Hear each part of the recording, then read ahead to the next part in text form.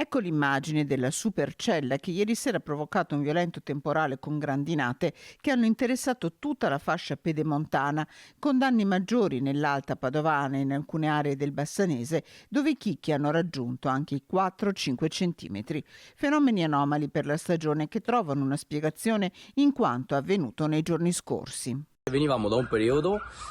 molto mite, con aria umida, complici venti di scirocco che per giorni hanno soffiato sul nostro territorio, ingiallendo i cieli, l'abbiamo visto tutti quanti, e sporcando praticamente ogni superficie tra sabato e domenica. Lo scontro tra l'aria umida presente e quella secca arrivata nella serata di ieri ha formato la supercella che dall'Alto Vicentino è scesa verso sud-est, un 2024 anomalo sul fronte meteo che ha già fatto registrare un marzo con piovosità doppie rispetto alla media degli ultimi 40 anni e che ci porta verso un fine settimana con temperature da record. Le temperature minime non scenderanno, anzi si attesteranno probabilmente quasi ovunque oltre i 10 gradi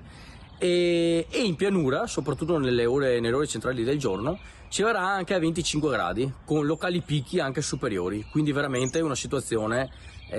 anomala. Caldo in pianura, temperature da record anche in quota a 1400 metri previsti tra i 13 e i 15 gradi, valori tipici della prima decade di giugno.